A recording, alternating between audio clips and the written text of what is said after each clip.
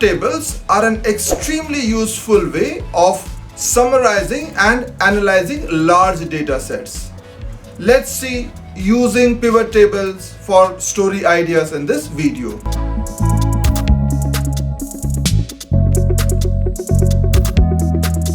We will use the NFHS 5 dataset to demonstrate the use of pivot tables for summarizing and analyzing data. There are a number of ways in which we can download NFHS 5 data. One is from the website RCHIIPS. IIPS stands for International Institute for Population Studies. So we can download it in a PDF format from the link here, or there are a number of publications here. So we can download the data in a PDF format and convert it into an Excel format. We can get this data from places like this GitHub, where this data is already available in a CSV format. So for example, in this github.com/pratapvardhan/NFHS5, we can get it here in a CSV format. And then from the raw file here, we can right click and save it as a CSV, and then we can convert that CSV into an Excel format. So this is what it looks like. There are these different columns. There's a column for NFHS 5 urban, NFHS 5 rural, NFHS 5 total, and NFHS 4 total. There are 131 indicators for each state and nationally. So all these indicators are extremely important ideas for different kinds of stories. For example, women having a bank or saving account that they themselves use, women having a mobile phone that they use themselves. As we can see that there are almost 4,847 rows here for all the states, because each state has 131 indicators. So we have a very easy way of using the pivot tables. So to generate a pivot table, we just need to click onto any cell within this table, one cell, and then we click insert. Within insert, there is pivot table. There are recommended pivot tables also, and if needed we can use recommended pivot table. So just let's click and see what it does. So it tells me what are the various pivot tables that I can have. So we don't want to use these recommended pivot tables. So I'll just go back and go for pivot table.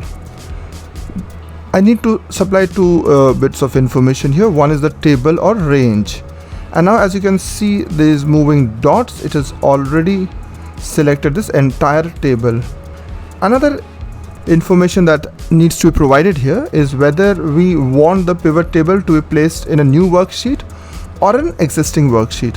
We generally prefer a new worksheet, so we'll just click OK.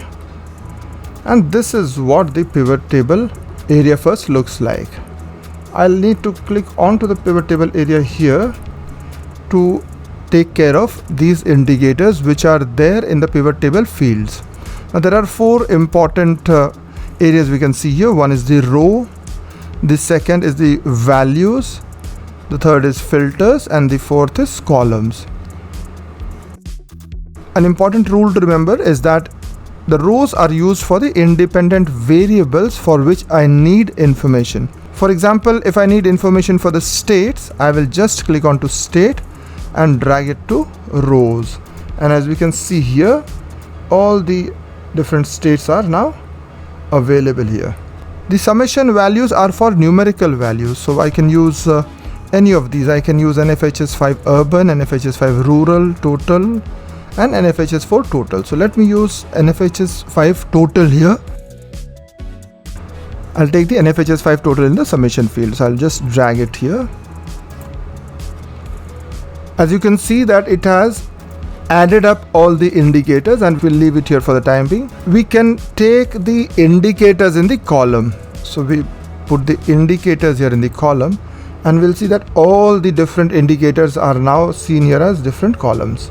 So for example, the first here means female population aged 6 years and above whoever attended school. So for Andaman and Nicobar, it's 83.5% according to NFHS 5. But as we can see that dealing with so many columns might not be a very useful idea. so we need to make it a little bit cleaner.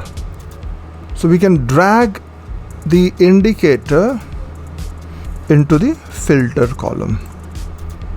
What this means is that the entire indicators are now here in this drop down arrow here. So the moment I click it here, I can see that these are the drop down lists here. Now let's come to this particular area, the sum of NFHS 5 total. If we just click onto this drop down arrow, I see this value field settings, and that's important. Let's see what it has. So it has the sum, it has the count. For example, if I click on to count and I click OK, so it suggests that all of these different states, these are the indicators available there. I can have other field settings also. I can have the average here. I can also work on the number format here. So this is just a general format. So if I need a number format, I can go for a number format with decimal places, so on and so forth. Now, for example, if I'm looking for one of those indicators, for example, let's see that we want to find out women who worked in the last 12 months and were paid in cash. So the pivot table has been generated for one indicator and for all the different states. If you see the original table, it had all this different information about all the different columns and all the 4,800 odd rows. Now I have summarized it to just the states and the percentage of women who worked in the last 12 months and were paid in cash. So this is a very easy table that I have generated. I can also work on these percentages and rearrange them according to a number of different indicators. For example, I just click onto one of these. I'll go on to show values as. Now by default, the show values as is having no calculation. I can rank it from the smallest to the largest. So for example, let's use ranking from the smallest to the largest. So this has provided me with the ranks. So Lakshadweep is the highest ranked state. West Bengal is ranked 9th. Uttar Pradesh is ranked 3rd. Puducherry is ranked 30th. So I can get the ranks here, or if I just go click here, show values as, and no calculation, I'll again go back to the percentages. I can also use a particular state as a base and compare other based on that particular base. So let me show you. Show values as difference from. So I want to show the value of that particular state, how different that is from West Bengal, for example. This means that percentage of women who worked in the last 12 months and were paid in cash, it's better than the state of West Bengal. It's plus 4.4. So this way I can compare according to the states as well. Since I'm using Bengal as a base, I'll see nothing for Bengal because that is the base on which I've compared others. There are many states which are quite worse off. If I'm using some comparative analysis, this is a very, very easy way of doing it. Let me again go back to show values as, no calculation.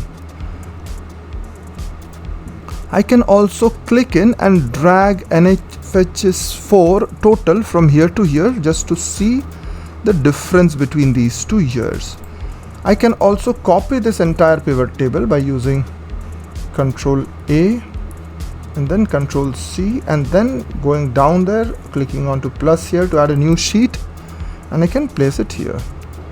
So this is now a new table. I can just change these rows. I can just call it NFHS 5 total.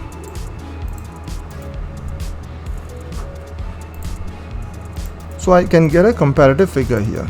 If I want to see whether a particular state has improved from last year or it has gone down from last, for that I can use a simple command using the if function which is there in X. And go on to is equal to,